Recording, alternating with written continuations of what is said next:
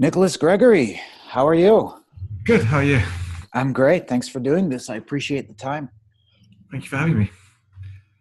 So, you're working, I guess, on side chains and off-chain transaction technology. Is that right? That's correct. Yes. So, you want to go ahead and tell us a little bit about what you're working on? Yes. So crypto. When I got into crypto, I was always looking into predominantly Bitcoin. I was looking at always ways to kind of build a layer on top. One of the things I always wanted to do, kind of assets on top. Hmm. So originally I played with color coins, and then I kind of worked on a bit called Bit 175 where we could basically do some sort of receipting. Moved into the commodity space where I work with a few commodity companies where we're looking to build a side chain which represents that commodity, but then it uses the proof of work of Bitcoin to secure it. Hmm. So it's a fork of elements. So we use the same code base as Bitcoin, but we've modified it so there's no mining. But then we use a protocol called Mainstay where we attest back to the Bitcoin network.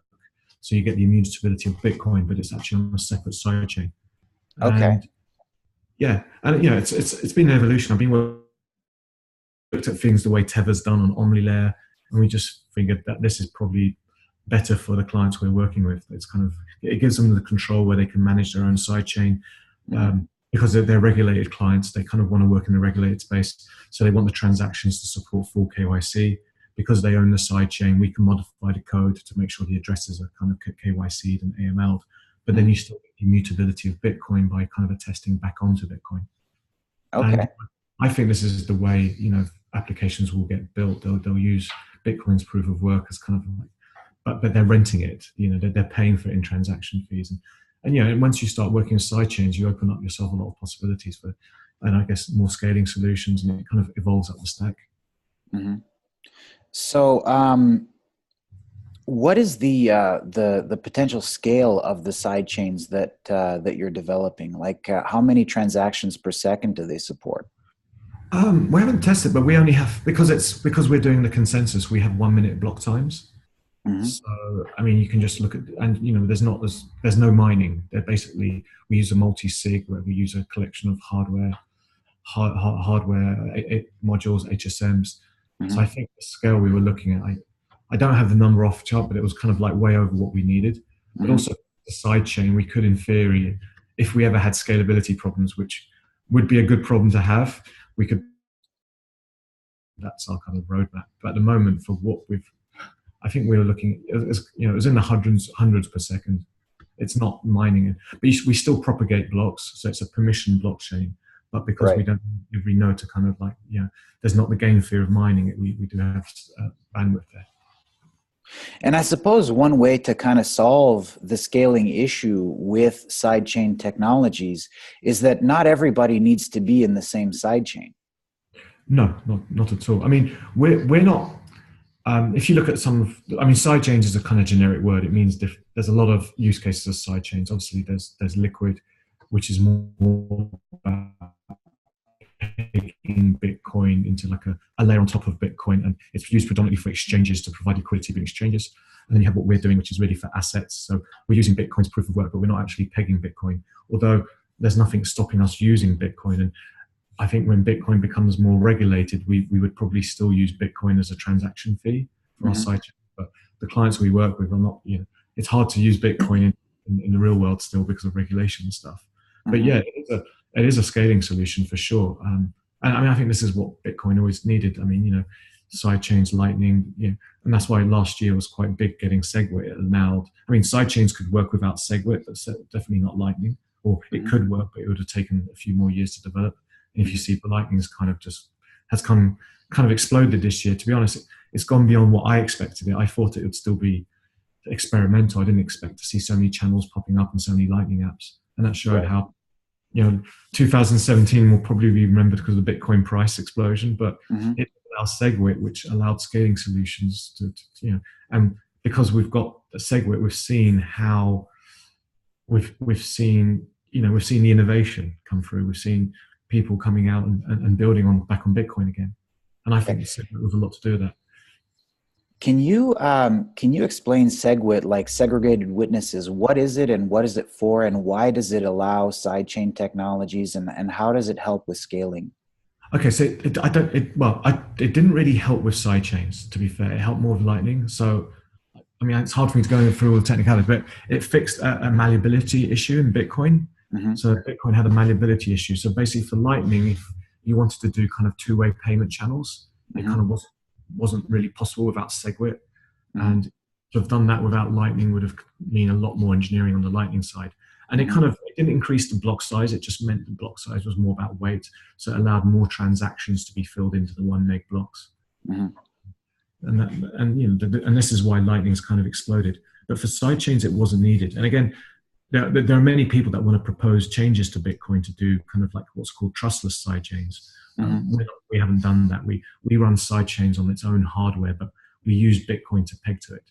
Now, not peg to it, to attest to it. So we use Bitcoin's proof of work to kind of validate, as a kind of like a history of our blocks. So if we were to ever change the blocks in our sidechain, well, you could look at our history, see where it's being pegged back to Bitcoin, and go, no, that didn't happen. That kind of gives you an extra layer of security. But in Right. terms of like other sidechain solutions, like Liquid's doing, because they're moving Bitcoin into the sidechain, they can then do how many transactions they want. They can, increase the blocks out as much as they want. They can reduce the block times. I mean, it's not as secure as the underlying Bitcoin because you don't have miners.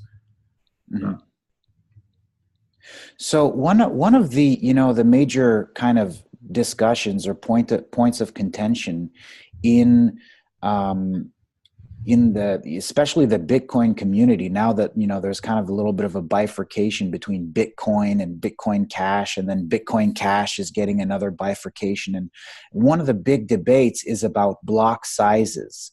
And one of the major issues is that if you increase the block size in order to allow more transactions per second into each block of the blockchain, one of the problems that you have is that it then becomes more expensive to store the blockchain because the blockchain is larger.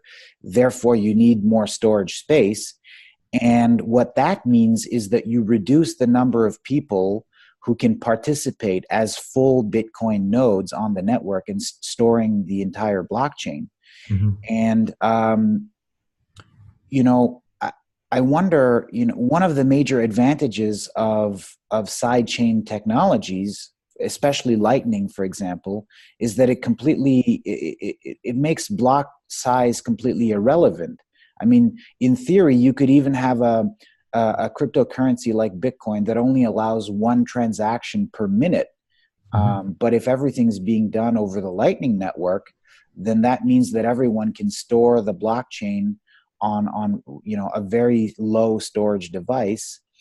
And um, and so I think that the promise of sidechains really is to completely solve the scaling issue, to make it so that you could actually go into a place like, for example, Starbucks, and buy a coffee instantly and have Mhm. that instantaneous transaction over a side chain, or a separate payment channel, and then you only use the sidechain to close channels or to resolve some disputes. Right? Is that kind of your take on it? Yeah, I mean, I found the whole block size debate fascinating and confusing. I mean, Bitcoin's a very complex code base. I mean, I'm from a software engineering background, and I wouldn't say I understood it. Hmm. And I don't think many people do. To Hmm. think that just by changing one parameter, you basically fix Bitcoin by making it scalable and all that, it was very weird. And the people that work on it that day in day full time, they're the first people to tell you that that one parameter is one of many things in Bitcoin that needs to be optimized or needs to maybe be modified. And the reality is, just changing that number from say 1 to say 10, we have no idea really how the network's going to what's going to happen. I mean, I come from a grid computing background. Little minor changes can create disastrous effects. And yeah, there's the issue of like being harder to run a full node. But remember, this is a distributed system. If we've got suddenly big blocks, how's that going to work with the Great Firewall of China? Are we Right. going to have a lot more reorgs? I mean, Bitcoin network splits fairly often because you have competing miners that create competing blocks, and it's got quite complex consensus rules to figure out who wins. If you suddenly increase the block size, we don't know what's going to happen. There could be, we just don't know. So I think the philosophy of core is, let's do these cleanup. Let's clean up the code base. Let's do these incremental changes and see what happens. Let's see if we can reduce some of the complexity of the code and kind of reduce some of the, because it's a 10-year code base. And this whole thing, the block size debate was just weird to me. It was like people that weren't maybe necessarily technical, kind of just thinking that one quick win could make a big difference. I mean, there's going to be lots of scaling solutions, but it's got to be done. This is a multi-billion-dollar network. This is it's like changing a jumbo jet that's in midair. Just one little parameter. If it was that easy, they would have done it. And I think, last year you saw Segwit. I think they want to clean up the way they. There'll be lots of changes to get it to scale. I mean, what Bitcoin has proven in its 10 years is that we have a distributed ledger, which the game theory kind of works, and we have this concept of sound money. Scaling is going to be an ongoing process, but there's going to be no quick wins. But I'm with you on that. I think if the blocks became too big and you couldn't run a node on your own home, and then, does everyone need to run a node in Bitcoin? No, but if we end up in 20 years' time where there's only 4 companies running Bitcoin, we're back to the financial system that we tried to replace. Yeah. Well, even in those circumstances, it would still be an advantage over the current SWIFT implementation, right? So, for example, if banks suddenly could settle transactions between themselves within 10 minutes, right? Even if only central banks were using distributed ledger technology, that would still be a win. Potentially, but if Bitcoin could only be run, how many banks are there that control the financial system? 10, 12? Right. If we end up in a world where there's only 12 entities running Bitcoin because of the size of the blocks, and you need terabytes of disk space to run it, then we're back to the financial system that we were trying to replace or change. Exactly. No, I completely agree with you. I guess the only point that I'm making is there's a lot of people in in the blockchain community that seem to think that the advantage of blockchain is only for completely decentralized systems, but also for corporations who need to have offsite backup or have very good data replication. Bitcoin or blockchain technology is essentially a conflict-free replicated data type. So it's already useful even for large data stores, right? Well, I worked at banks. I worked for 2 of the merchant big banks. I worked for Merrill Lynch and then JP Morgan. They have complex distributed systems already. Okay. The word blockchain without Bitcoin to me is really just a bad distributed database. Blockchains aren't quick.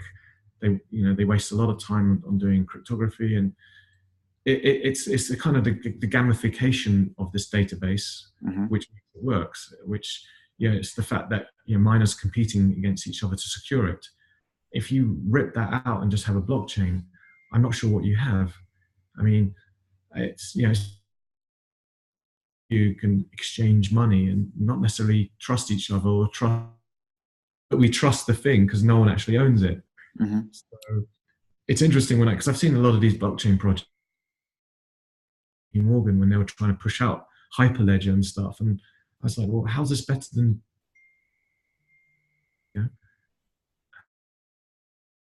because Bitcoin no one owns it. That's where you get the kind of that's where you get its power. And I think a lot of these blockchain companies are kind of slowly realizing that.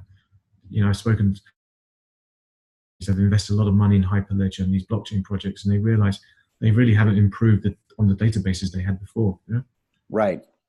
So, but it's just, So essentially, there really is no real advantage outside of having completely decentralized systems, is what you're saying. And I don't necessarily disagree with you. I'm fully on board on decentralizing all the things.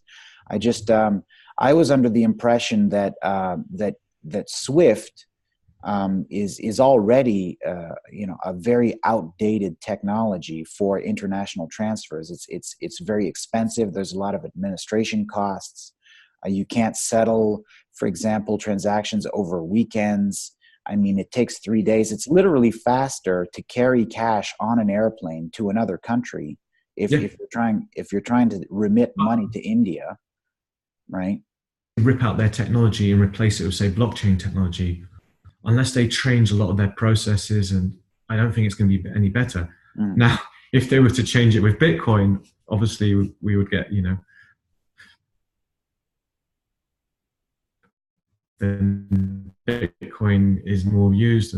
But why can Bitcoin do that? Because Bitcoin has a whole infrastructure to settle a transaction in under an hour. I think realistically, people trust settlement more or less straight away, but you can't consider it baked in the blockchain after like six blocks. So that would be a big change.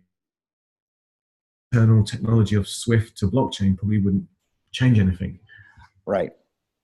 Okay. Well, that settles that, I guess. I mean, right. Yeah, I know, because I've heard a lot of Andreas Antonopoulos talks on this topic issue, on this topic as well. And, Andreas kind of said the same thing that you said, which is separating blockchain from Bitcoin or saying is kind of like taking an internal combustion out of a car. I mean, it's kind of useless if you're trying to apply it to. Go ahead.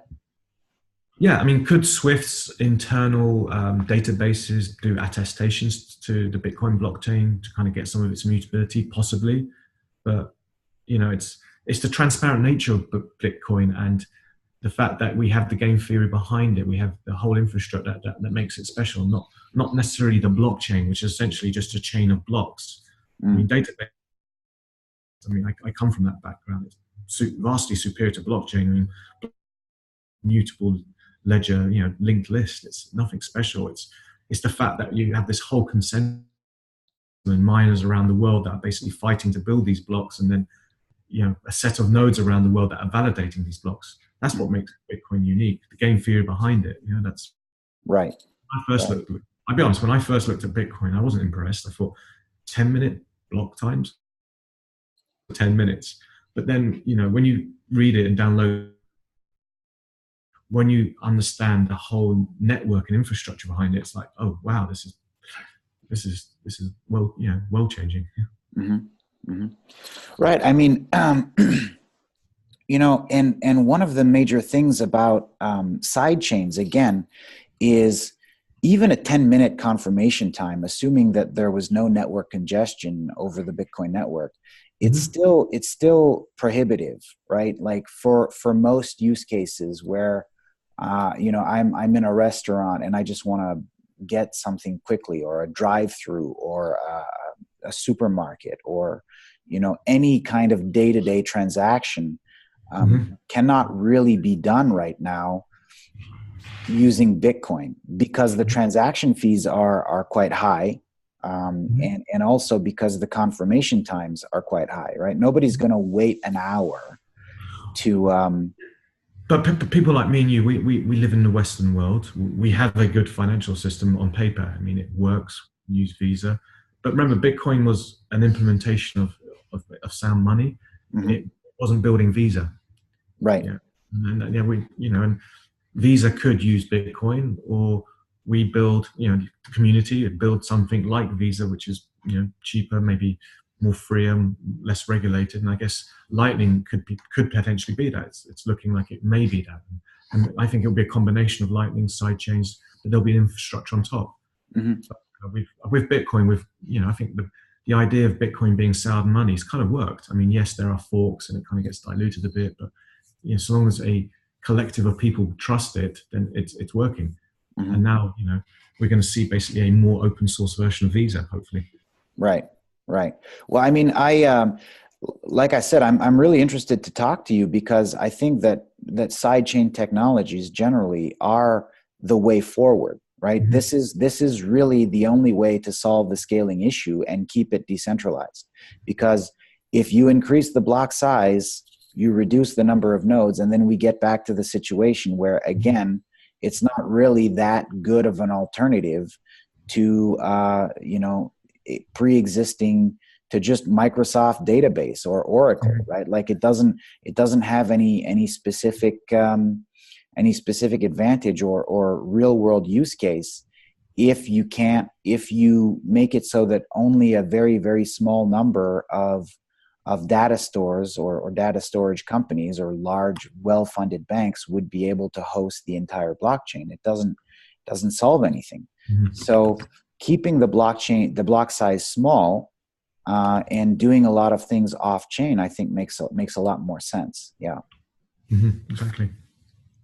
So when you talk about Lightning, I'm very interested in Lightning because another interesting aspect of Lightning is this idea of routed transactions, right? So having payment networks where you have a payment channel between, let's say, you and I, and then you have a payment channel between yourself and someone else. And Mhm. then not only does this, again, allow for more transactions because no node is running all the transactions of everybody, Mhm. but it also anonymizes the transactions, thereby kind of eliminating the need for other altcoins like Zcash or Dashcoin, right? Mhm. Just granddaddy Bitcoin and Lightning Network kind of solves all of those problems. Yeah, I mean, my experience of I used to play around with Lightning a lot recently, but I haven't touched it. I don't know if the routing's been finalized, but it's definitely an improvement on privacy. Mm-hmm. I used to be involved with Dash just into crypto. I Mm-hmm. mean, I don't, yeah, I don't. I think Dash is just very basically a coin join. Mm-hmm. Basically, I don't know how private that actually is. It's basically doing a swap. So if me and you were to go over Dash's privacy, and it kind of puts all our transactions in a basket and mixes them. But if you know where those mixings are happening, I mean, somebody could basically reverse it. Zcash, I haven't had much experience with. I know the people who use it say it is, very interesting, but Mm-hmm. not many people. It's anonymous by default. Mm-hmm. So, because anonymous transactions tend to be more expensive. We've seen that with Monero, Mm-hmm. even though Monero is a very anonymous coin, its transactions are 10 times or more expensive than Bitcoin transactions. So whatever scaling problems Bitcoin's going to have, Monero's got them 10 times more. But Right. my understanding, Lightning does give us a layer of anonymity, and I don't think having privacy is one switch. Just like the block size is just not, it's not increasing the block size doesn't necessarily make us scalable. I think things to protect privacy, because nefarious organizations are always going to want to look at money and unpack them, and I think Lightning makes Bitcoin more private, not necessarily private, but more private. Right.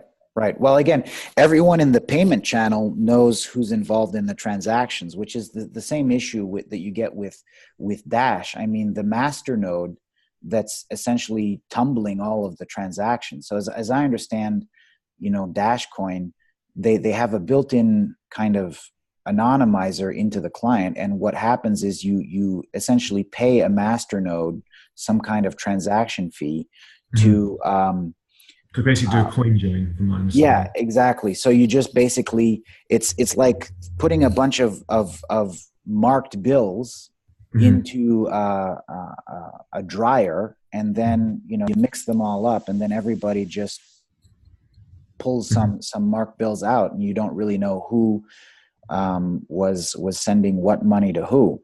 But the thing is, if you own the dryer essentially, and you, I guess, had a video camera inside, you'd have some Mm-hmm. record, right? So the Yeah. master node still has a record of who was transacting with who. So it's not fully anonymized.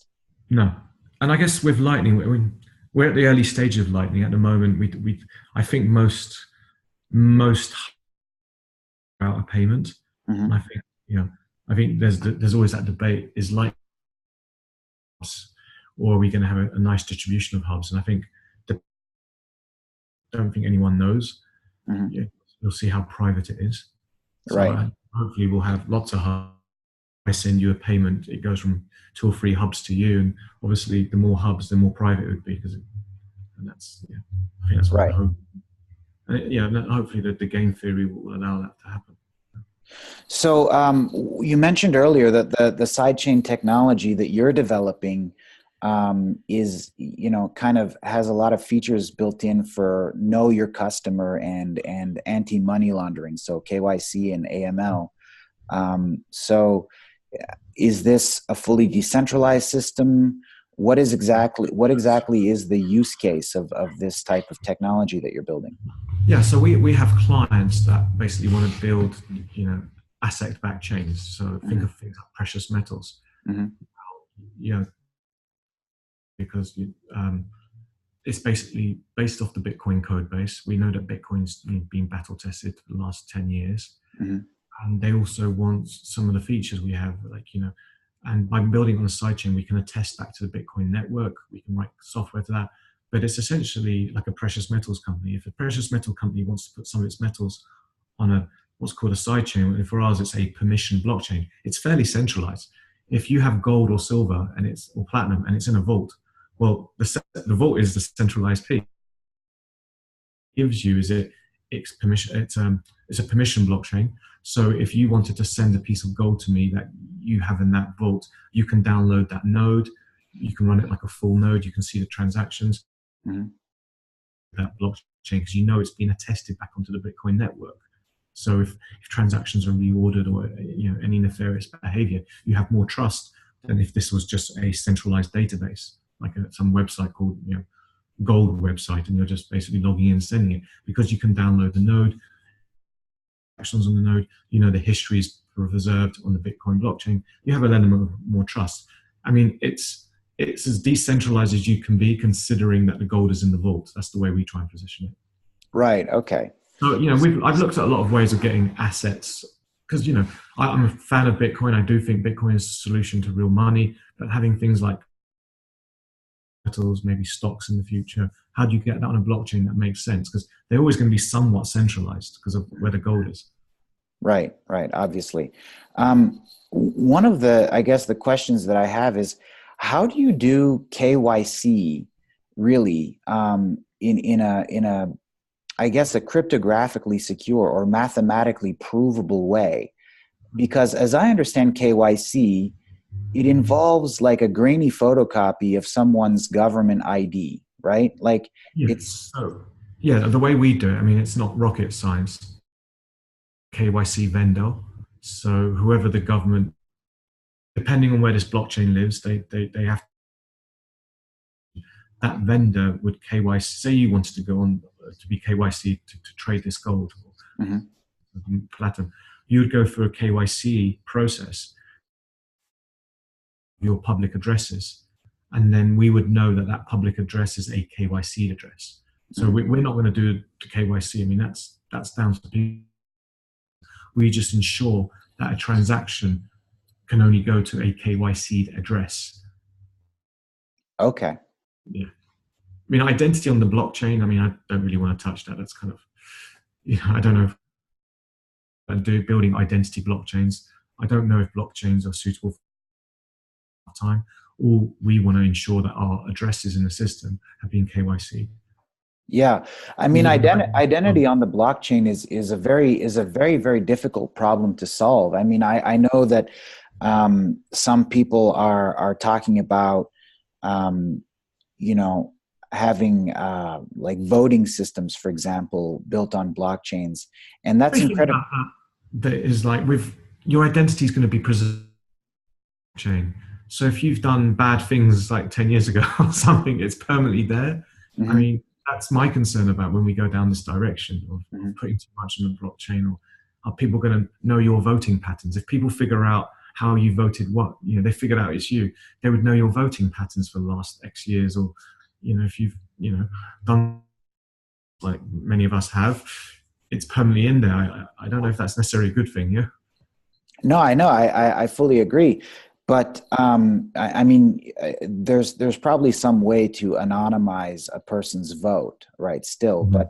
but the major issue fundamentally is that you can't really do things like that in a decentralized way, because in order to have identity on the blockchain, you need to have some kind of, I guess, a picture of a photo ID that's issued by a government agency. Yeah. So again, there still has to be some kind of central authority that's validating that those are Mhm. really real IDs of real people with, that were actually born in the country, or whatever the standards are. So it doesn't necessarily. I don't know of any way that you can actually really have um, mathematically provable or cryptographically secure identity, right, on the blockchain. I think the blockchain is really intended for, and really useful for, pseudo-anonymous. Yeah, Um, maybe we used that word decentralized a bit too much. I think we saw in 2017 where everyone wanted to decentralize everything, from mhm. dentists, you name it. Maybe the word for blockchains is really transparency. I Right. mean, I worked in the financial system for 10 years. I didn't know what we did. I didn't know what the banks were doing. Hmm. And blockchain gives you a level of transparency. And maybe that's the word, that we want to provide more transparency to the financial system, to the system where you buy precious metals from, to maybe the place where you have equity in other companies. We want that to be more transparent. Hmm. And blockchain, or Bitcoin or cryptocurrencies give you more transparency.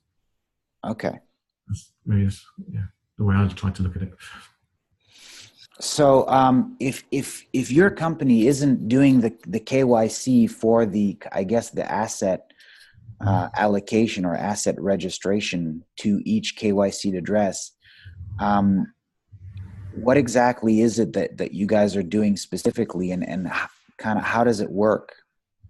Well, the way we work with our clients, we build them the side chain. So we do a lot of custom software, and that involves all the way down to the hardware. So because there's no mining involved in the side chains we're building as HSMs, we write the software that integrate with the hardware security modules, and then we build block explorers, we configure wallets.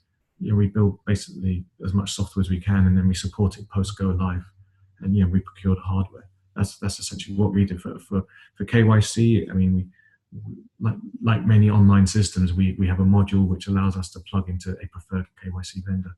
Hmm. And yeah, a lot of this stuff hasn't been written. I mean, prior to us joining. So, and there needs to be a lot of custom software built. Okay. Okay. Things like precious metals, they need to have redemption processes. Like, if your private key says you own X amount of, say, if you want to redeem that platinum, you have to build all that kind of infrastructure to exist. Hmm. And I guess, assuming that this technology were to somehow scale to have, a very, very high number of users that are all using, I guess, your side chains to store their ownership records of something like gold or platinum or Mhm. whatever. Um, if everybody was doing that, I guess, again, not everybody would have to be on the same side chain, right? So you can Well, the say, thing about sidechains, it isn't Bitcoin, so you can solve the problem by you want your system to be able to scale by throwing hardware at it. Because the clients own the hardware, they do have capabilities. They can increase the amount of hardware they've got. They mhm, can the block time. They can increase the block size. There's many parameters they can switch. Whereas Bitcoin, which is truly trustless, there's not much you can do. But right, you want sound money to be like that. You don't. exactly. Yeah, governments can just print more money whenever they like, and that's why I think a lot of us came to Bitcoin. We're a bit concerned about that. Hmm. So, No, obviously, the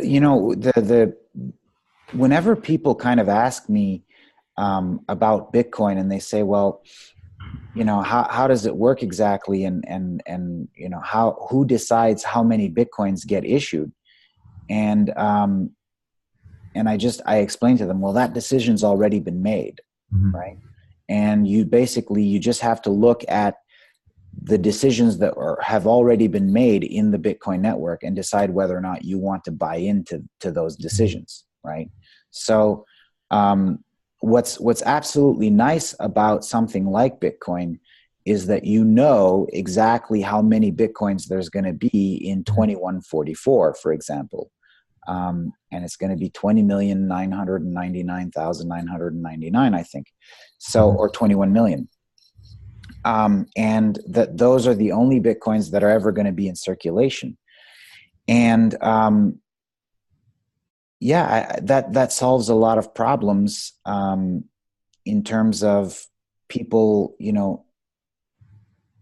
understanding how much value the currency is going to have based on how many people are using it, the liquidity, the volume, all of these things. It's very predictable when it starts to scale, which is nice. Whereas with the euro or US dollars or whatever, it really depends on whoever's in charge at the time. And they may make decisions that whoever's in charge is under huge pressure to keep the system moving. And what we've seen, whoever is in charge, they just print, and you kind of, and it's like the bubble is going to get bigger. It may burst tomorrow. It may burst in the times of our grandchildren. But it's out of control. It's absolutely out of control. I mean, one of the major issues that kind of happened in the 2007-2008 crisis is, the banks basically put themselves in a situation where they needed to be bailed out because they knew they would be. And not only did they get bailed out, they got completely bailed out. They turned to socialism. Yeah, exactly. They turned to, that's exactly right, which they all claim to hate. But what was interesting is when in the US, when they got bailed out, like Barack Obama didn't give them a haircut. He didn't say, okay, well, I'm not going to give you everything that you need to be made whole. I'm just going to give you exactly the right amount so that we can keep the ATMs running. I'm going to give you, 30 or 40 cents on the dollar. No, he just gave them everything that they asked for. And what did they do with it? All right. The idea behind giving them what they were asking for is, well, they would continue lending out money. They would continue to allow the financial system to have some liquidity in terms of credit. And doing this would actually benefit the economy. What actually happened? They didn't lend out the money, and they paid themselves a bunch of bonuses, right? So it seems like not only is it kind of an unreliable bubble of ever expanding inflation, but it's also there's a lot of central points of control that can be and have been obviously corrupted. Yeah, I think when a system becomes, I was working at Merrill Lynch when 2008 happened, and I'm not a real banker. I was sitting with the tech team and all that, and none of us understood why they got bailed out. I think many people in the bank didn't understand it, and I think it's become so big that no government, nobody's going to pop it. No one's going to stop it. And it's, when a system's in place, there's no real way to put the handbrake on it. And I think what we've seen is that technology may provide the solution. It's not going to be a government that fixes this. It's not going to be a bank that fixes this. It's got to be something that comes from grassroots. And I think Bitcoin, a lot of its success comes from the right timing. Maybe if Bitcoin had come out 10 years before, probably would have just been a dead open source project. But I think when it came out, people were asking questions. There's a bit of a libertarian movement.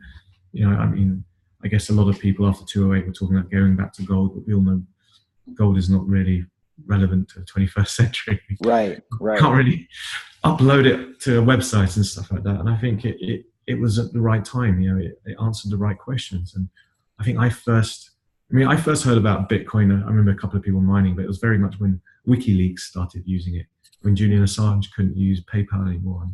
And he suddenly found, okay, well, what's he going to do? And he moved to Bitcoin, and I think that for me put that on very much on the map. Right. Yeah, Bitcoin. is definitely useful to solve a lot of those kind of central points of control and also corruption that are very obvious in the incumbent financial system. Um, and what you mentioned earlier is that we don't know exactly when the major currencies are going to pop, like for example the US dollar or the euro, but we know that it's pretty much just a matter of time, right? Mm-hmm. That the US is going to end up in a Venezuela type situation. Venezuela's deterioration was accelerated by, just ridiculous, rampant, out of control corruption.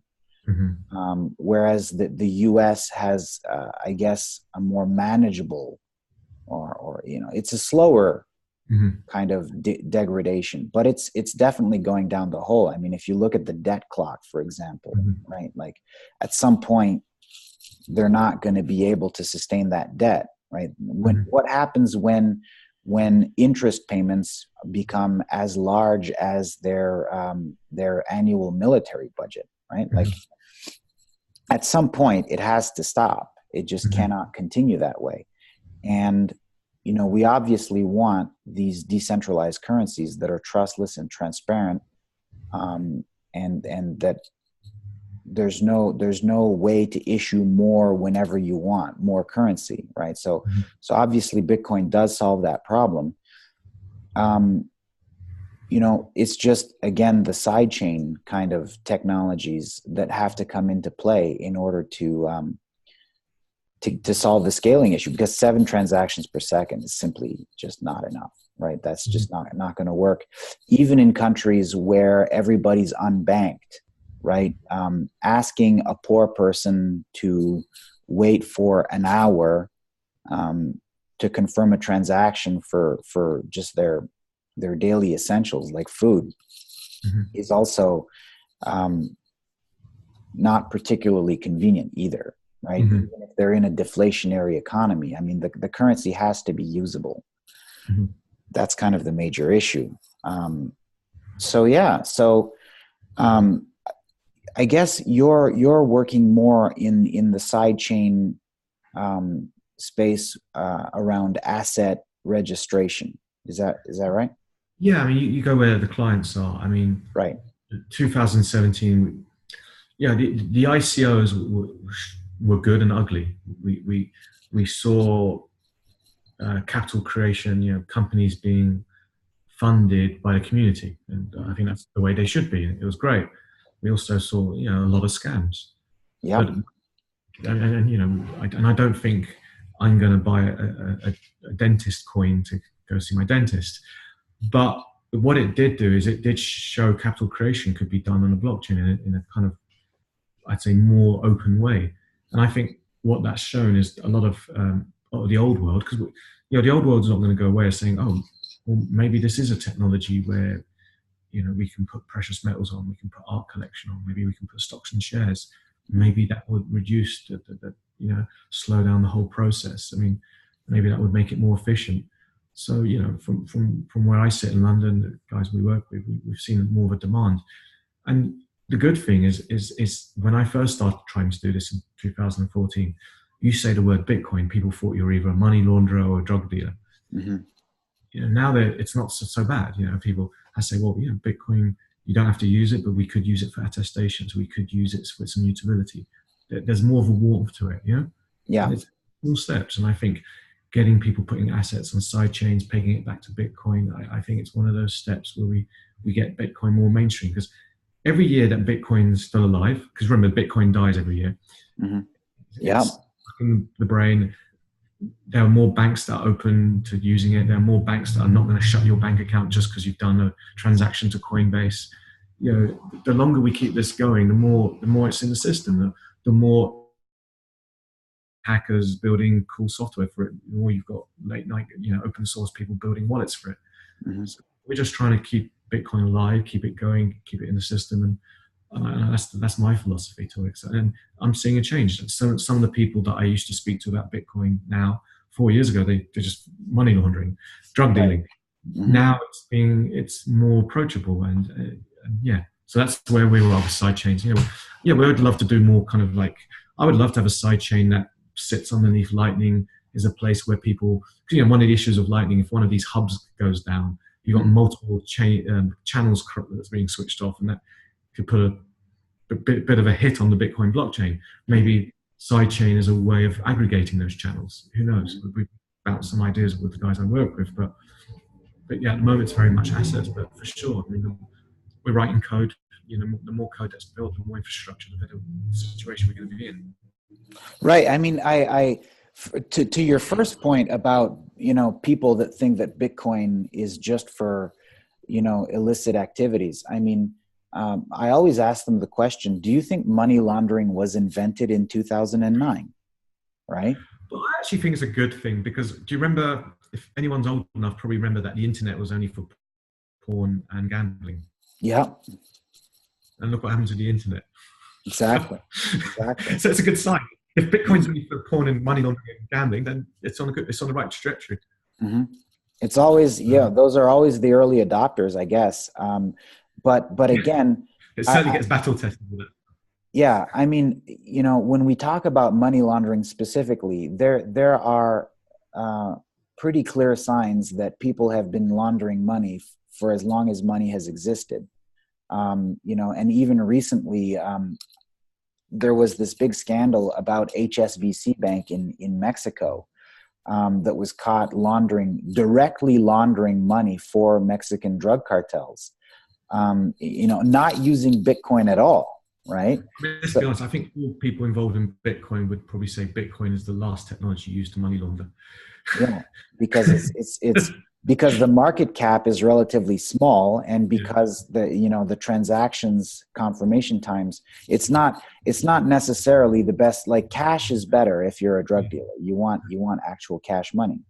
And cash money is what you're getting from most of your clientele as well, right? You're getting small bills, and you just have to figure out how to launder those bills, and getting those bills onto a cryptocurrency exchange and buying Bitcoin and then tumbling those Bitcoins somehow is, this is not necessarily the most obvious thing for Mexican drug cartels. And look what happened to the Silk Road. Not only did obviously the Silk Road take over, got taken down, the agents involved in taking down the Silk Road tried to pocket themselves some Bitcoin. Yeah. They got busted. Yeah, so it's not the best tool. No, probably not. No, not at all, because of the transparency. It's not really the best way to go about money laundering. There's actually a great video on YouTube about that from A16Z. It's the Andreessen Horowitz. There was one of the ladies involved that actually worked, I think, at the FBI or whatever agency was in charge, that actually was responsible for those investigations, telling the whole story about it and about how she caught those agents, or how those agents were caught. It was fascinating. It was really, really interesting. And one thing that she explained is that because of the transparency of Bitcoin, those agents probably, were it not for the technology of Bitcoin, they probably wouldn't have been caught, right? Mm-hmm. Yeah. Because they knew what they were doing. They knew how to cover their tracks in the old world incumbent systems. Mm-hmm. But in this new system of transparency, it all just led right back to them. Yeah. So Bitcoin is not the cause of money laundering, and it's certainly not the cause of drug dealing, obviously. Some of the work, I mean, I joined a few regulatory bodies where I'm a part of Crypto UK, mm-hmm. where, they arrange meetings with like government officials. I mean, I'll be honest, the meetings I've had with like members of parliament, mm-hmm. I've never heard that. I mean, they see it as unregulated. Mm-hmm. They ask, how do we tax this? And I would say, well, you could easily tax the on-off ramps. Nothing changes there. If you want to regulate who pays you in Bitcoin as your salary, and you want to regulate where you spend it in a local pub, I mean, nothing changes there. So I think maybe that narrative of it's bad and dangerous comes from the old world actors, the existing financial system that sees it eating to their lunch, as opposed to real, the people they say it does concern. Yeah. Right. Obviously. So that kind of brings us to another interesting point that you made earlier, which is kind of this idea of altcoins. And I'm wondering, since sidechains solve a lot of the problems that the original Bitcoin blockchain may have in terms of scaling issues and privacy and all of these other things that some of these other altcoins are attempting to solve, is there any specific altcoin that you're actually really excited about right now? I mean, I'm predominantly into Bitcoin, but then I'm not one of these guys that say Bitcoin only. I think all coins have a place. Sure. I don't like, when I see these so-called Bitcoin maximalists who badmouth other coins, I said, well, I'm a libertarian, let the free market decide. I mean, I guess for me personally, I mean, in my office, there are some guys that are a bit more mathematically minded. They tend to like Monero. Mm-hmm. I'm more from a software development background. I actually like Decred a lot. Now, do I think Decred's going to challenge Bitcoin? Absolutely not. But what is Decred? Decred, it's interesting. It was built by some of the guys that were involved in Bitcoin around 2012. They built the first alternatives to not alternatives, but different Bitcoin client. They wrote it in a language called Golang. They questioned some of the governance models behind Bitcoin, so they built their own version, and it uses a hybrid. It has mining, it's proof of work, but it's mixed in with proof of stake, so it's a hybrid proof of stake, proof of mining algorithm, and it's interesting. I mean, I play with it. I find their community quite interesting. They've done some things that are a bit different than Bitcoin, and again, innovation. Even if you could say what they're doing, they could put in the side chain, but they don't. Why should they? I mean, if they have a community, if people are enjoying it, if it's vibrant, it's a good thing. Why? Yeah, same with Monero. And yeah, so the only thing I really look at is now. Obviously, my office. What happened last week? Everyone's looking at Grin, the Mimblewimble implementation. That's got a lot of people excited. We all kind of tried to mine it a bit and saw the hash rate was pretty high. But so I'd say that the things I've looked at are mainly Decred predominantly, and I have a cursory look at Monero and Grin from the Mimblewimble implementation. No, yeah. I mean, I fully agree with you, in general. Like, I'm very happy that altcoins exist. I'm very happy that altcoins exist. I'm just saying, like, if I was trying to tell, for example, a family member who knows nothing about these things, which cryptocurrency I thought was definitely going to be around in another 10 years, right? And therefore was viable and worth buying into. I feel like the best bet right now, given where things are going and given where things are, is still Bitcoin, right? Oh yeah, I mean, and my view on altcoins. I mean, look, let's be clear. SegWit may not have happened without Litecoin, so they do have a place. But my position is Bitcoin is the only one to invest in. I mean, I play around with Decred and Monero. I would never put significant amounts in. I know some people do, but that's my view. And I also think if crypto does make a big impact in society, where it's a reserve asset, for example, it's something that people settle on, like large companies. With the way proof of work, there's not going to be much incentives for miners to mine altcoins. They're going to be hobbyist things. The big miners will do the coin that dominates the world. So I mean, and that's where I see it. Unfortunately, I do think it will be one coin that probably captures most of the market, but there'll always be alts. Like there's always going to be penny stocks. There's always going to be different kind of protocols, and I think innovation will come from those things. And, I'm not a fan of calling them shit coins or whatever, because maybe a lot of them are scams. There's no denying there's a lot of scam coins out there. But if you're into Bitcoin, you should be a libertarian. You should be into the free markets. They should exist. They should be allowed to exist. Oh yeah, no, I fully agree with you. And when Litecoin initially came out, I thought it was very interesting because they were using like a memory hard style computational problem that required a lot more memory. So at that time, there wasn't any ASICs for it, and they believed that there wouldn't be. But as soon as it became valuable enough, there were ASIC miners for Litecoin. So it kind of shredded that value add. But I totally agree that you always want competition. right? Mhm. Competition of other altcoins is going to improve the Bitcoin I'm not technology saying itself. one of the things I heard this week is like, Mimblewimble didn't have to be a coin; it could have just been some research. I disagree with that because there are some coins that, when I first read Decred, I looked at it, I played with it, I bought a very little amount. The reason why I'm still involved in that community because I do have a bit of skin in the game. Having having a bit of money, or even if it's a small amount associated with a coin, does keep you active. Yeah. Otherwise, it's a white paper that you read or just an article you read and you forget about. I mean, there's nothing that keeps you active in something when you've got a bit of skin in the game. Yeah. Mm-hmm. No, I agree. I agree.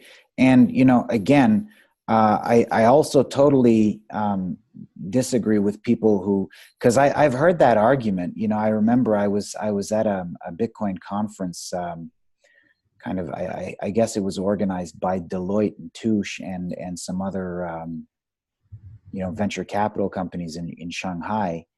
And, a lot of the people there were just like, how amazing would it be if there was one currency in the world and everybody was on the same page, of the same book. Mm-hmm. And my first question was, well, what if I don't like your book? Right? Yeah. Like, isn't that the whole point of Bitcoin?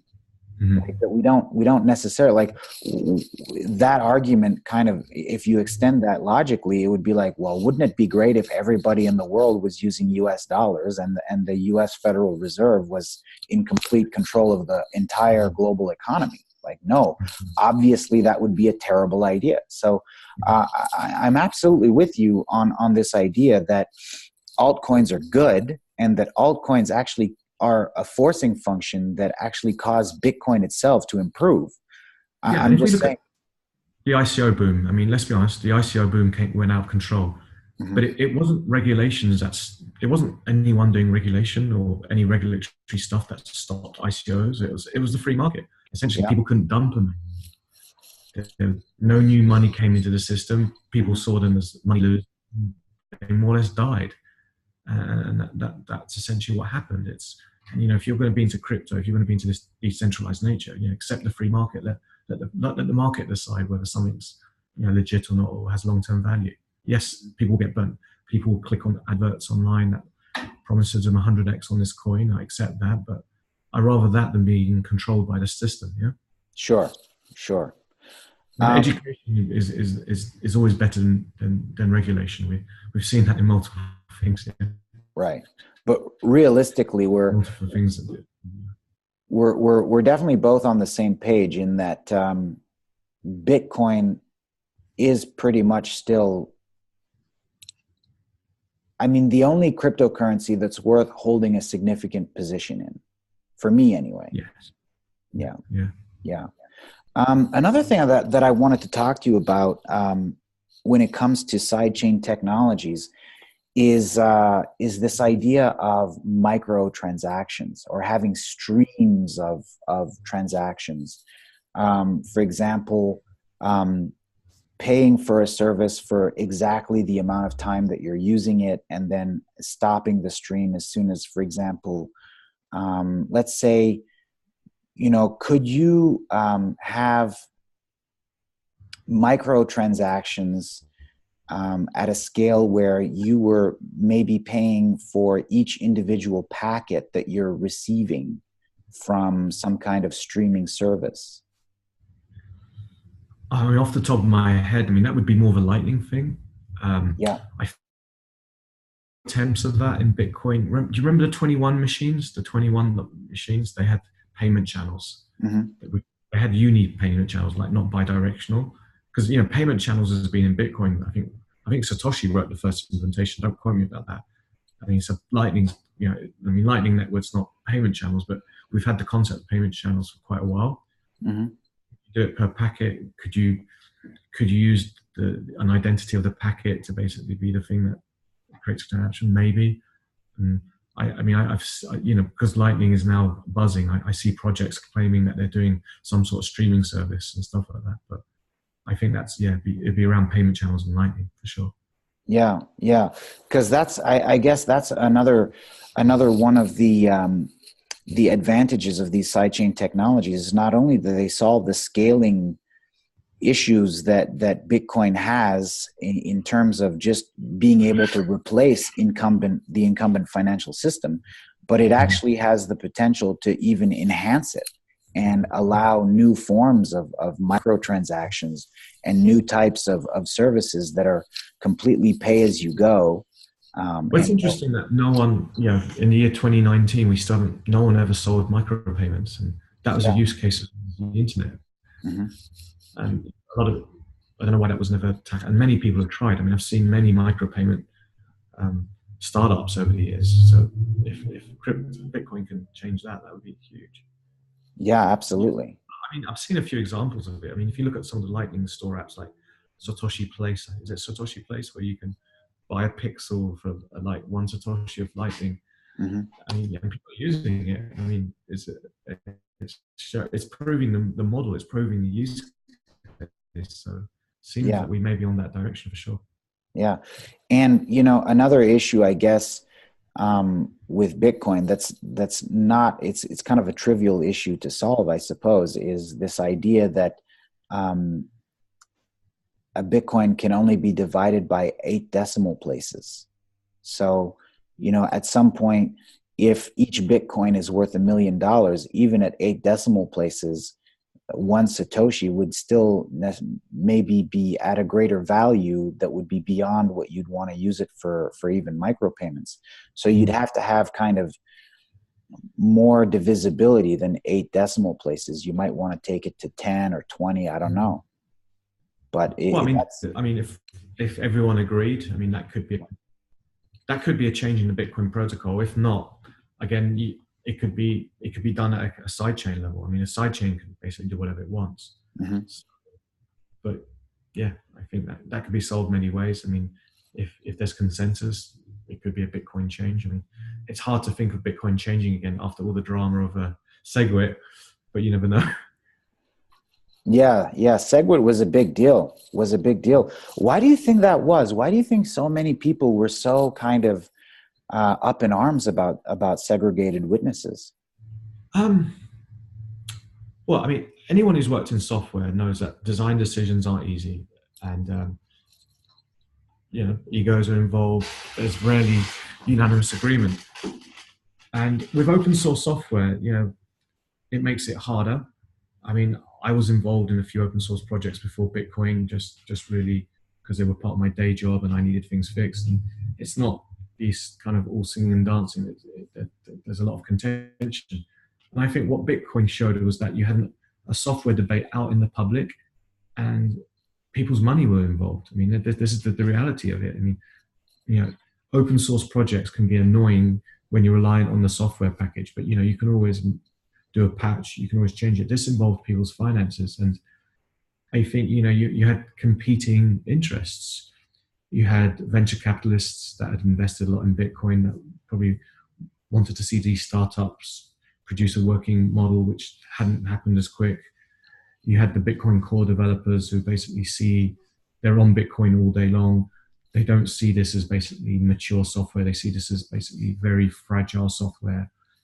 And I think that's a combination of that. I mean, I think, the Bitcoin core guys, they're the ones manning the pumps. They're the ones that see, the network split. They're the ones that see the fragility of the software. And then you have the venture capitalists who want, Coinbase to be handling X amount of transactions right now, want them to have 100 users. And I think that's why it was very contentious. Then you had also the issue of miners. Miners, whether you like them or hate them, they're the ones that have to put up all the upfront money. Mm-hmm. I mean, you can't just start mining tomorrow. You have to invest a lot. And, I think with the way SegWit was happening, it probably wasn't in their interests automatically. Right. I mean, but Bitcoin became stronger for it. I mean, now, when I got into Bitcoin, it was very much the miners run Bitcoin. Now, it's very much the nodes. It's the economic nodes. It's the, it's the community that runs Bitcoin. And I think that was a kind of like a shift from last year. Yeah, and that's a positive development. And also, I think a lot of people, and I think this is where people go wrong with Bitcoin, they kind of, I mean, I'm not knocking the white paper, but the white paper is 10 years old. when it was written, a node and a miner was the same thing. It's out of date. Any Right. white paper that is written is out of date the moment it's printed. Mm-hmm. And so many people were eulogizing, what Satoshi may have said in 2009. Bitcoin's evolved in ways that we didn't think of. We didn't have ASICs when that paper was written. I don't even think GPUs were thought of for mining back then. So it's a different system. Right, absolutely. And a lot of people, that's kind of the issue that a lot of people have sometimes, is they buy into an idea to the point where they just start drinking the Kool-Aid, Yeah.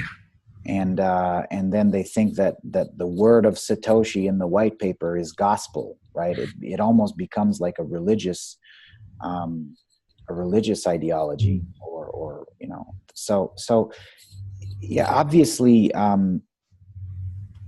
as the real world, as testing happens in the field, and we make new observations, and we discover new edge cases, the technology has to evolve, and SegWit seems like a very positive development that I'm quite happy with. Yeah, and ultimately, I mean, Bitcoin it's not really in terms of like the way the software built. It's a meritocracy, Mm-hmm. and not everyone can be a Bitcoin core dev, but at the same time, it is a living system that's transacting billions of dollars a day. I mean, it's huge, and you're not always going to get your opinion across, And Right. I think a lot of people come into crypto. I mean, a lot of these, CEOs of Coinbase, things like that, they think they've got a right to voice China, and it's hard. I mean, I remember working when I was more in software development. It's very frustrating when an open source project doesn't change the way you want to. Mm-hmm. This is the first open source project that actually captures value. It's even more frustrating. Absolutely. So, Yeah. One of the things that I kind of appreciate about your project, as you mentioned, you have to go where the clients are, right? So a lot of people that are in the open source software community, they really like it because it's not proprietary and it's not owned by anybody, and it's this and that. They have these very idealistic reasons for liking open source software. But the problem with open source software generally is that software developers like you typically are very well paid individuals, and it's quite a difficult job. And these individuals usually, they don't actually spend that much time writing open source software. They usually they write software at work all day, and then they go home and they talk about how open source software is really cool. But in my opinion, unless there's a revenue model behind your open source project, it's eventually it's going to lose steam, and it's going to be abandoned, and the core developers are going to move away to other things because they have overhead, they have bills to pay. mm-hmm. So what's nice about what you're doing is that you've actually kind of found a client base, you found a niche of people that are willing to pay for your service. So can I ask, how is that going so far? Well, a lot of it is educating people. I mean, educating people that are not from a software background. For example, I had one client, they kept on, when we were writing software for them, they kept on talking about IP. And I said, well, we want to own the IP. And I said, what does that mean?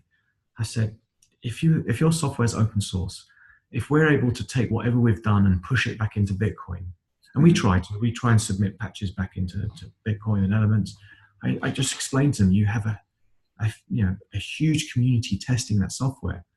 The moment you own IP, you put it on the closed shops, you own it. That means, and I explained to them that if we didn't push the software back into Bitcoin, if Bitcoin makes a change and we're out of sync, it's going to cost you a hell of a lot more money to maintain the software where you own the IP, which, why do you want to own the IP? It's not like anyone's going to buy this off you anyway. And when you explain monetary terms, they kind of go, no, we want all these Bitcoin hackers testing our software. We want the community, And I think that a lot of it's explaining is, a lot of companies, they think, okay, we build something, we want to own the IP. But if you're like not a software company, and software companies have always struggled to sell software. Most software companies make money supporting software, not necessarily selling it. Right. A lot of it is explaining the monetary value of open source. Actually, it brings down your costs, not increases it. Mm-hmm. A lot of it is communicating that. And And I think, even IBM, I'm not the biggest fan of, they more or less give software for free, but then they send an army of IBM consultants to tweak it forever. Right. So, I mean, and that's the way to kind of sell it these days. But That's yeah. always the gimme, even with things like Drupal or whatever is yeah, once you've built your entire digital infrastructure on top of this open source package, and you've modified it and you've customized it, and now it's become this legacy system, and it's starting to kind of tumble because of some of the design issues at scale. Then yeah, your only recourse is to call the Drupal developers and have them fix it for you. I remember I worked in a company back in 2010, 2011. They were doing e-commerce, and they built their entire company on top of Cake PHP. Mm-hmm. And once the company started hitting scale, because they had like an email newsletter that was it was a Groupon style company. It was basically a daily deals, and they were emailing 400, 500,000 people a day, and they had quite a bit of traffic on their website. And then some of the scaling issues of Cake PHP became very problematic. Adding more hardware just didn't really solve anything. So what did they do? They invited all the developers to the Shanghai office from LA and from everywhere else, and they brought in some Cake PHP consultants that were from Cake PHP, and they had a 2-week development summit where they paid the Cake PHP people a tremendous amount of money for 2 weeks, and then they just solved all of the problems that only the Cake PHP developers knew how to solve. So that's always a gimme. That's always kind of a gimme. So I see what you mean there. By most software companies, including open source software companies, make most of their money by supporting enterprises. That makes a lot of sense. But yeah, it's communicating. I mean, I think where did the community make mistakes? I mean, 'cause, you always want to self-improve. Maybe the communication of Bitcoin wasn't done well, to the VCs, to the layers on top, and that's where I've kind of found a niche. I mean, because I'm from the banking system in a way. I mean, I work software. I know how to talk to traders. I know how to talk to those kind of people. And I think a lot of that is what we're trying to do in London. We're trying to bridge that gap, because most bankers have the same opinion of me and you on the banking system. Yeah. Most people who work in the banking system are not making eight-figure salaries, big bonuses. They do admin. They work in software. They're just part of the system. So. One of the other things that I wanted to talk to you about is how sidechains could be used in concert with smart contracts. Okay, so I mean, my view of smart contracts. I mean, I think the best smart contract I've seen so far, is multi-sig. The fact that someone could send me and you money. But we both have to have consensus to have it spent. It's pretty unique. I mean, can't really do that in any other system at the moment. And but do I see a world where we want trustless smart contracts on a decentralized platform? I don't know. I mean, you open a lot of platform issues like versioning. How do you upgrade that smart contract? When is it legal in a court? Now, could a smart contract live in a sidechain where that sidechain is owned by a centralized entity? For example, if you want to buy something on an e-commerce website, but they have a sidechain, and you can cryptographically prove that version of the smart contract matches these rules. Yeah, I see the value of that. I mean, I wrote an article about the way I see smart contracts, but does it need to be on a decentralized network like Ethereum? I don't get that. Honestly, I don't. To me, that just looks inefficient, and then because I come from a grid computing background where you try and scale out your infrastructure to be as dumb as possible. To put all that logic on every node in the world, I think it's wasteful. And then you enter issues like version. A lot of people say to me, Bitcoin's 10 years old. And I go, no, it's not. It's got 10 years of research. smart contracts going to have to be continually updated with new business rules and stuff. And I think having that distributed, I'm not sure that makes sense. Mm. So you're not a fan of smart contracts. I don't know. Maybe I am, but I think in the way they've been, I guess some of the ideas behind them at the moment, no. But if do I think that multi-sig is a brilliant smart contract? Absolutely, that's brilliant. The fact that you can split logic of who can spend a Bitcoin output is amazing.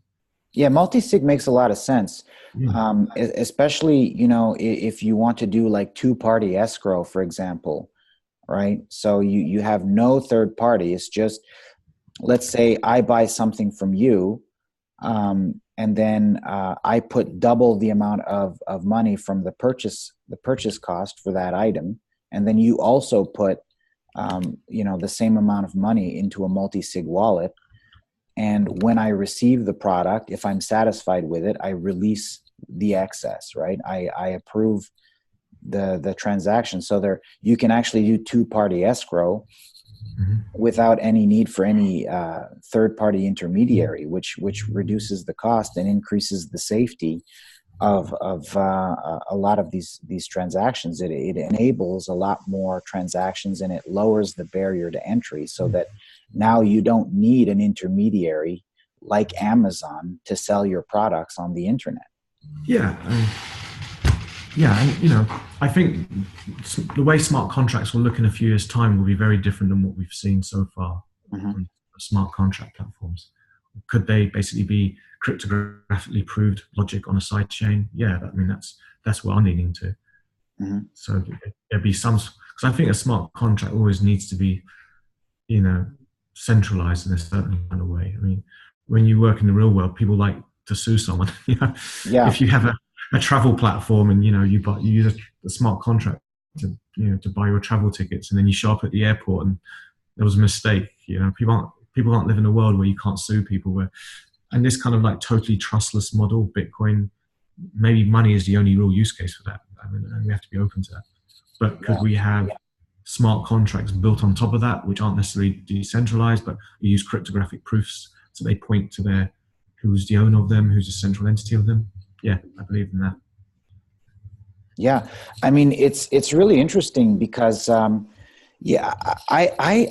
kind of also struggled to understand smart contracts. Like, I didn't really understand, and I remember this debacle involving the DAO that actually caused Ethereum to split with Ethereum Classic, where they tried to create a decentralized smart stock market for investing through the Ethereum blockchain. I mean, I wrote an article on assets on the blockchain. I'll forward it to you afterwards. But I basically, using sidechains to do assets. Ultimately, if you're buying stock in, say, IBM, someone's got to prove or take ownership that piece of stock is actually IBM.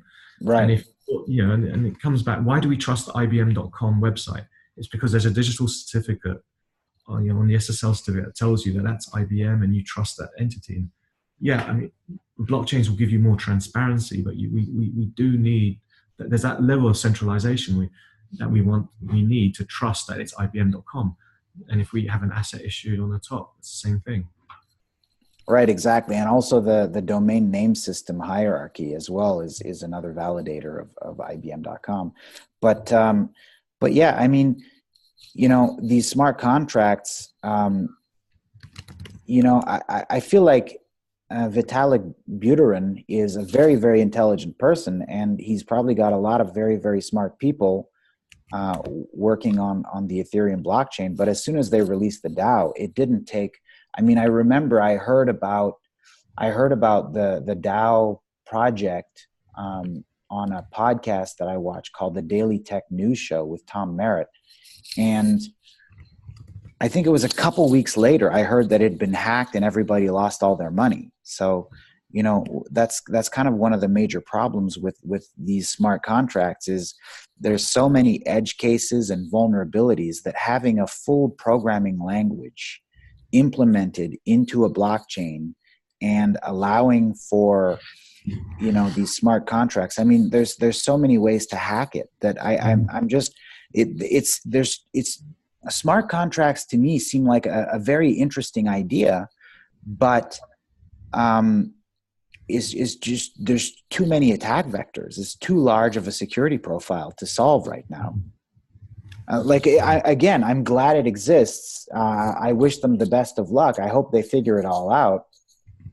But for now, everyone that I've talked to that's actually looked at that technology doesn't really seem to understand how you can actually really, really, really make it completely secure and trustable. And, the point that you bring up. They understand, because I don't understand. There seems to be a new proposal every week. Yeah. And it was maybe a bit too ambitious. I mean, I remember when Ethereum came out, because there were attempts before. They had colored coins. And I remember Counterparty. That could do a lot of the things that Ethereum could do originally. Mm-hmm. I actually thought that was pretty good. But funny enough, there was no demand to do what Counterparty was doing. Mm-hmm. And if Ethereum got one thing right, it created this ICO demand, which I got wrong, to be honest. I thought after the DAO it was dead. I thought it was a dead project. I thought it was going to zero, but they managed to create this kind of worldwide computer thing. And there's a lot to be learned from that. I mean, they managed to capture the imagination of a huge community. And I think that, you have to show the positives. And I think they did create a lot more institutional interest in this space. You can't just badmouth them all. And they also made it much more developer-friendly environment. I think that's where Bitcoin, and I hope, we're trying to do some stuff with that sidechains, right? Tooling that make it easier to use. Mm-hmm. And I think, Ethereum brought in a lot of developers that would never have touched Bitcoin. Right. That's a positive. And now that I think the attempts to make Bitcoin's scripting language simpler. I think there's a language called Simplicity that's been toyed with.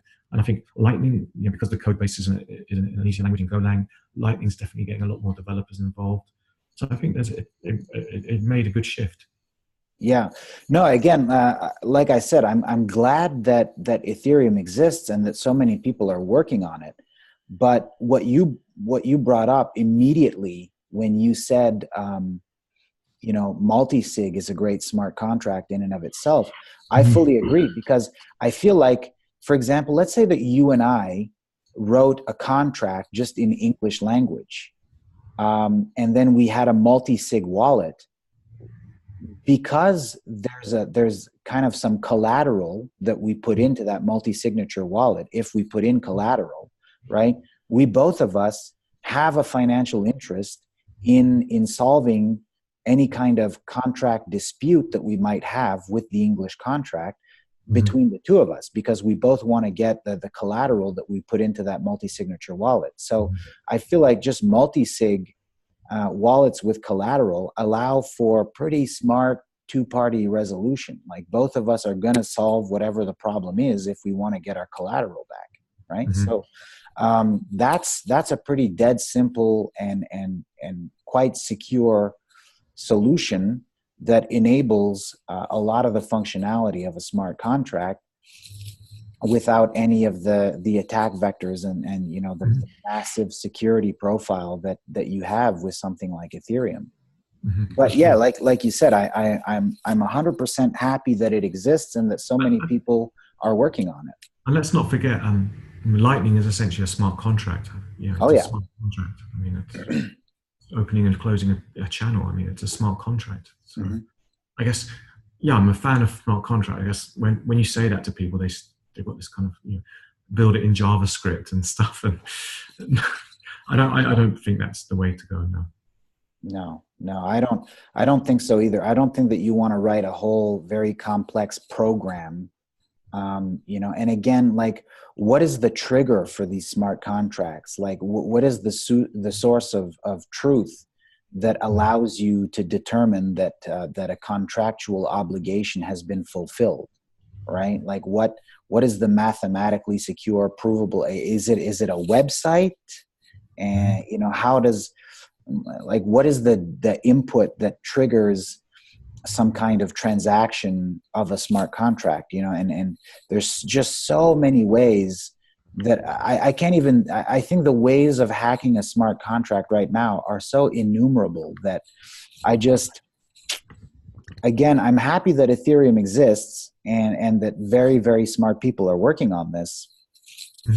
But it's not necessarily something that I'd want to have a very large position in. Like when I look at putting a position into something, I'm thinking, is there a high probability that this is going to be worth more than zero in 10 years? And with Ethereum, I'm not super confident about that. Yeah, I mean, Ethereum's interesting like that because it was never designed to be a store of value. Exactly. Remember, it was, I mean, I think in the software it's called gas. You know, gas is not meant to be something you hold and hope that it goes up in price. You kind of hope that gas always goes down in price. So probably even, you know, the original design, I think we just had a huge speculative bubble and it blew it out of proportion, but it was never a store of value. It doesn't make sense to be a store of value because, you know, if you're executing a smart contract, you want the cost of executing a smart contract to go down and down. For example, I mean, for us to build a sidechain costs X. We know that if it's going to take off, we've got to bring it down, down, down to the point where you can just right click, build sidechain. If we don't achieve that, then it's not going to scale. So, you know, when I see the Ethereum and it became kind of speculative where the price was going up, and a lot of these projects were about hoping that Ethereum price goes up. You go, okay, something's gone wrong here. Yeah, I agree. Cool. So, all right. Well, was there anything else that you wanted to discuss today? No, I think we had a great chat. So. Yeah, I appreciate it. I appreciate you making the time for it. So, I don't think I asked you this at the beginning of the podcast. Is there anything that you want to point the viewers to, like your social media or your website, or is there anything that you want to plug right now?